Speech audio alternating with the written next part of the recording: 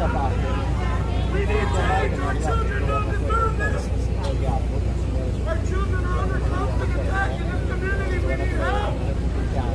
Yeah, I don't think you have to try too hard to recognize how the people of Uvalde, Texas feel about Republican Governor Greg Abbott. And the reason could not be more obvious, because this is happening over and over and over again. And the people who have the power to fix it choose instead to do nothing. In Texas, since Greg Abbott became governor, there have been mass shootings in Fort Worth, Dallas, Texas First Baptist Church, Santa Fe, El Paso, Midland, Odessa, and now Uvalde. And of course, Abbott knows how poorly this reflects on him, which is why he had promised to act to curb gun violence. In 2019, when a shooter killed 23 and injured dozens more in El Paso Walmart, Abbott swore to, quote, do everything he can to make sure that a crime like this doesn't happen again. His Lieutenant Governor, Dan Patrick, said he was, quote, willing to take an arrow from the NRA in order to pursue stronger background check laws.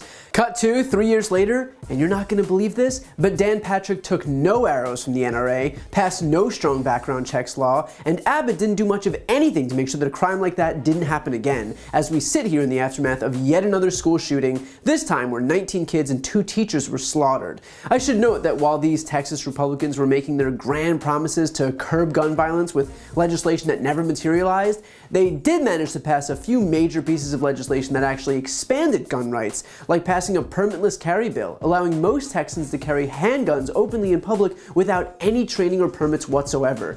It was already legal for long guns like rifles and shotguns, meaning now effectively all guns would be covered by permitless carry.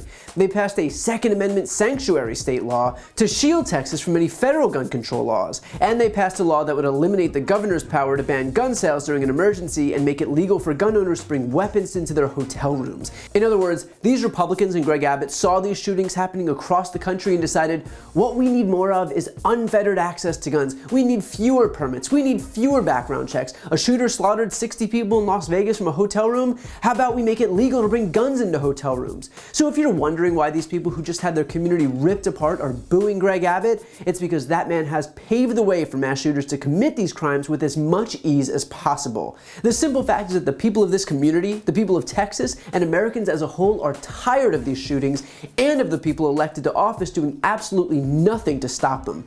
We've heard the excuses that it's mental health issues. Other countries have mental health issues. They don't have daily mass shootings. That it's godlessness. Other countries have people who don't believe in God. They don't have daily mass shootings. That it's fatherlessness. Other countries have families without fathers. They don't have daily mass shootings. That it's too many unsecured entrances, too many doors. Other countries have doors, they don't have daily mass shootings. What we have that no other country in the world has is guns. It is the guns. And the fact that every Republican has only moved to expand access to guns as the number of shootings rise is as damning an indictment as you could ever find. The people who see that there's a problem and yet choose to do nothing to stop it, people like Greg Abbott, are why these shootings continue. Abbott's not only unhelpful, he is responsible. So when Greg Abbott has the audacity to show up in communities like Uvalde, he's getting booed not because these people are from some liberal bastion of the state, because they're not. It's because that guy was charged with keeping their community safe by advocating for and signing legislation that would fix the blatantly obvious problem of gun violence. He chose not to, and now they're buying child-sized caskets. He's getting booed because he decided that the NRA was more important than the lives of his own constituents. And I hope with every fiber of my being that every single member of that community, every single Texan who cares about the lives of innocent people, will vote in November and send a message to these run-of-the-mill, money-hungry politicians that the lives of their children and their family members are more important than their own political ambitions.